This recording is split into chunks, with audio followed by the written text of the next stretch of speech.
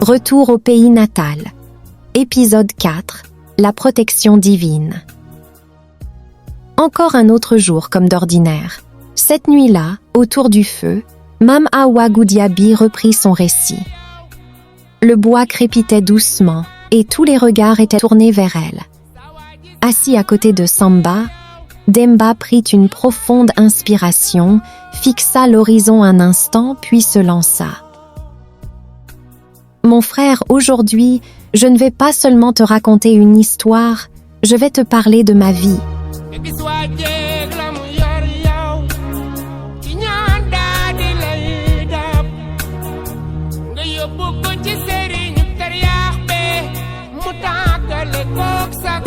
Je suis née d'un père sérère et d'une mère wolof.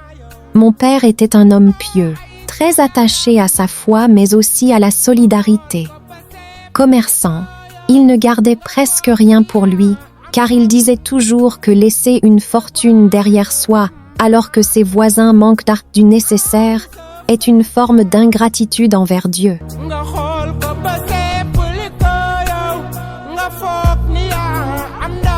Ma mère, elle, était une femme simple, respectueuse et digne.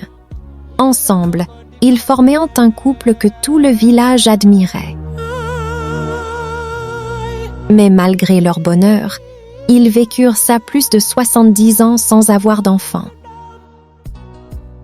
Ma mère en souffrait en silence, tandis que mon père acceptait la volonté divine.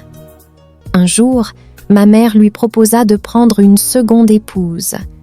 Il refusa d'abord, ne voulant pas lui faire de peine, mais face à son insistance sincère, il finit par accepter.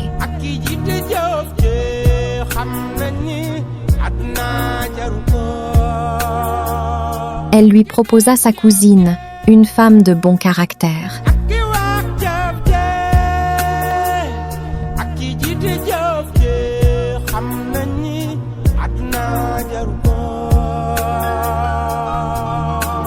Au début, tout se passa bien, puis les enfants arrivèrent, 1, puis 2, puis 4 au total. La concession retrouva la joie. Un jour, un marabout rendit visite à mon père et séjourna quelques jours chez nous. Avant de partir, il réunit toute la famille et annonça qu'un enfant naîtrait dans cette maison et qu'il serait la lumière du village.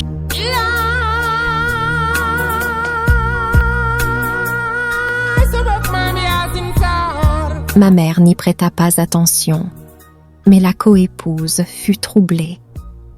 Elle se mit à courir partout, consultant guérisseurs et féticheurs, allant même jusqu'à simuler des grossesses, sans jamais parvenir à ses fins.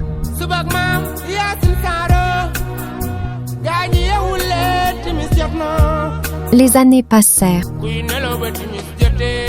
longues et silencieuses, jusqu'au jour où, contre toute attente, ma mère tomba enceinte alors qu'elle était déjà très âgée. Ce fut un choc pour tout le monde, suivi d'une immense joie. Mais dans l'ombre, la coépouse était consumée par la jalousie et tenta tout pour empêcher cette naissance. Rien n'y fit. Par la grâce de Dieu, ma mère donna naissance à un garçon, mais elle rendit l'âme peu après. L'enfant fut confié à la coépouse. Au début, il ne présentait rien de particulier, ce qui la rassura. Mais en grandissant, il devint différent.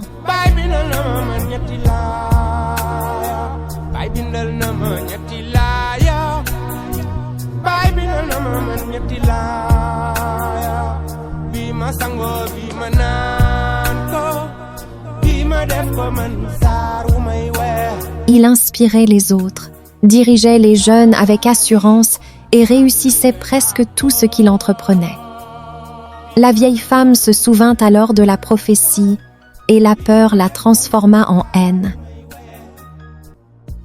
Elle tenta de le monter contre son père et contre le village, mais échoua. Elle décida alors de le faire disparaître.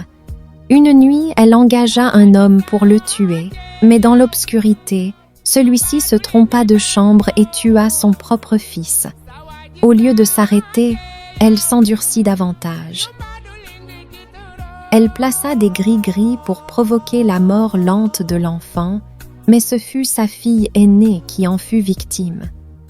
Malgré tout, elle continua. Elle fit incendier la case de l'enfant, mais ce soir-là, il n'y dormait pas. Le feu se propagea aux autres cases et emporta toute la famille. Lui seul survécut.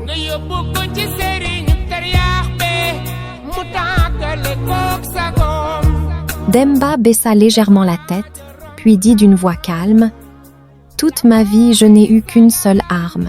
Seigneur, protège-moi. » Il leva les yeux vers Samba et conclut, « Cet enfant, c'est moi. »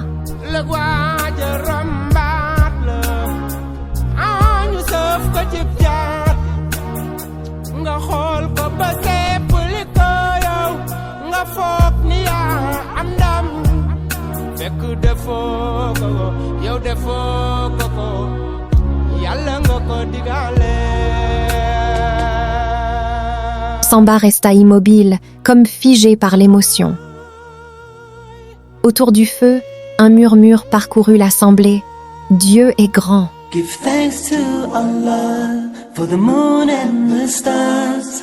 Praise Him all day for what is and what was. Et ce soir-là, Moussa comprit ce qu'aucune école ne pouvait enseigner. La véritable signification de la confiance en Dieu.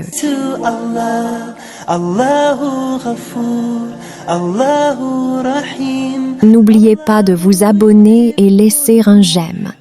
À bientôt dans la prochaine épisode. Allahu Ghafoor, Allahu Rahim, wa khaliquna, wa raziquna, wa huwa ala kulli shay'in qadir.